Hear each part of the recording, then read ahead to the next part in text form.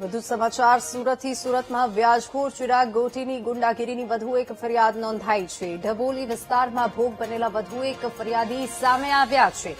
ફરિયાદી રજની વાવડિયાએ 2018માં 3 લાખ રૂપિયા લીધા હતા વ્યાજે અને એક જ મહિનામાં પોતાના સાગરીતો સાથે ઉઘરાણી કરવા ચિરાગ ગોટી લાગી ગયો હતો અને પૈસાની બદલે 4 ફ્લેટ લખાવી દેવાની ધમકી આપતો હોવાનો પણ આરોપ લગાવ્યો છે। ફરિયાદીને ઘરે બોલાવીને 18 લાખ રૂપિયાની માંગણી કરી હોવાનો આરોપ છે અને બંદૂક બતાવીને મારી નાખવાની ધમકી આપી હોવાનો દાવો છે।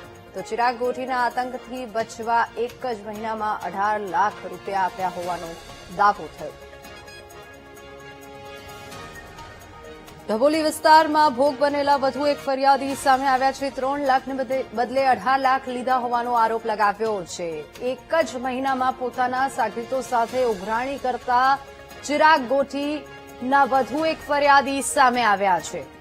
પૈસાની બદલે 4 ફ્લેટ તેમના નામે કરાવવાની ધમકી પણ આપતો હતો। ચિરાગ ગોટીનો વધુ એક આતંકથી ભોગ બનેલા ફરિયાદી અહીંયા સામે આવ્યા છે। 2018માં 3 લાખ રૂપિયા ઉછીના લીધા હતા અને પૈસાને બદલે 4 ફ્લેટ લેવાની ધમકી આપતો હતો ચિરાગ ગોટી।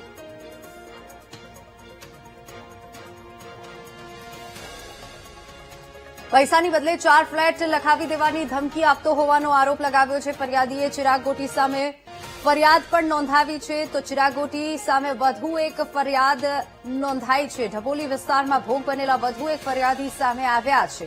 2018માં 3 લાખ રૂપિયા વ્યાજે લીધા હતા અને ફરિયાદી રજની વાવડિયાએ 2018માં જે રૂપિયા વ્યાજે લીધા હતા તેની બદલે 4 ફ્લેટ લેવાની ધમકી આપતો હતો ચિરાગ ગોટી। પૈસા તો આપવાના કીધા જ હતા, પરત કરવાના કીધા હતા, ત્યારે તેની સાથે 4 ફ્લેટ પણ તેના નામે કરાવવાના કીધું હતું અને આ સાથે જ ફરિયાદીએ ચિરાગ ગોટી સામે પોલીસ ફરિયાદ નોંધાવી છે।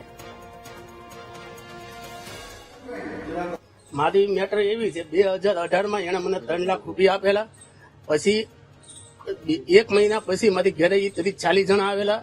40 જણા એવું મને કીધેલું કે ભાઈ કા તમે અત્યારે 4 ફ્લેટ મારા નામે કરી દે ને ત્યાં મારા 3 લાખ રૂપિયા પાછા આપ્યા। એટલે મેં કીધું 3 લાખ રૂપિયા તો તમને આપી દો, પણ 2 દિવસનો ટાઈમ આપો। તો એની ઘરે હું ઘરે હતો નહીં, રાતે 40 જણા આવ્યા, પછી ભાઈ મને ઘરે આવ્યો એટલે વાત કરી। પછી રાતે હું 1:30 વાગે મને એને ઘરે બોલાવ્યો હતો કે આ મારી ઘરે મોકલજો, એટલે હું એને ઘરે ગયો। મેં કહ્યું તમારા 3 લાખ રૂપિયા હું તમને કાલે આપી દે, તારા અત્યારે 18 લાખ રૂપિયા વ્યાજ સાથે થયા છે। 1 મહિનામાં 18 લાખ રૂપિયા મારી પાસે લીધા ને કા નકર ને એની ઘરે ગયો। પછી એના પપ્પા હતા, એને વાઇફ જે ઓફ થઈ ગઈ, સુસાઇડ કરેલી એ હતા, અને એના ભાઈ હતો, અને લાલો છે ગોટી એ હતો, અને એના પપ્પા હતા, એના મમ્મી હતા, બધા હતા। અને એને ઉપરથી પેલા માળેથી રિવોલ્વર મારા માથે મૂકેલી, આમ બતાવેલી મને કે આગળ ફોડી નાખી છે કે તું મને 18 લાખ રૂપિયા તારે દેવાના। એટલે મેં લાલાભાઈ એના ભાઈને હવાલો લીધો, એના ભાઈને મેં 18 લાખ રૂપિયા 2018માં ચૂકવેલા છે। 3 લાખ રૂપિયાના 18 લાખ રૂપિયા મેં ચૂકવેલા છે। એ તમામ જે મુદ્દાઓ છે એ મુદ્દાઓના જે કોઈ ફરિયાદી અમારી સમક્ષ આવશે એની તમામની ફરિયાદો લેવામાં આવશે અને તમામની ફરિયાદોને અંતે આ ચિરાગ ગોટી તો એરેસ્ટ થયેલો છે તો એને ટ્રાન્સફર વોરંટથી મેળવવામાં આવશે, તથા જે બીજા એના સાગરીતો છે કે જે આની સાથે જોડાયેલા છે અને જેને આવા કૃત્યો કરેલા છે એ તમામને ધરપકડ કરવામાં આવશે, એને પાઠ ભણાવવામાં આવશે અને એને કાયદો શું છે એનો અહેસાસ કરવામાં આવશે। વિડીયોમાં જે લોકો છે અને આજે અત્યારે ફરિયાદ દાખલ કરી છે એમાં જે પણ લોકો છે બધાના નામ ફરિયાદમાં લેવામાં આવેલા છે।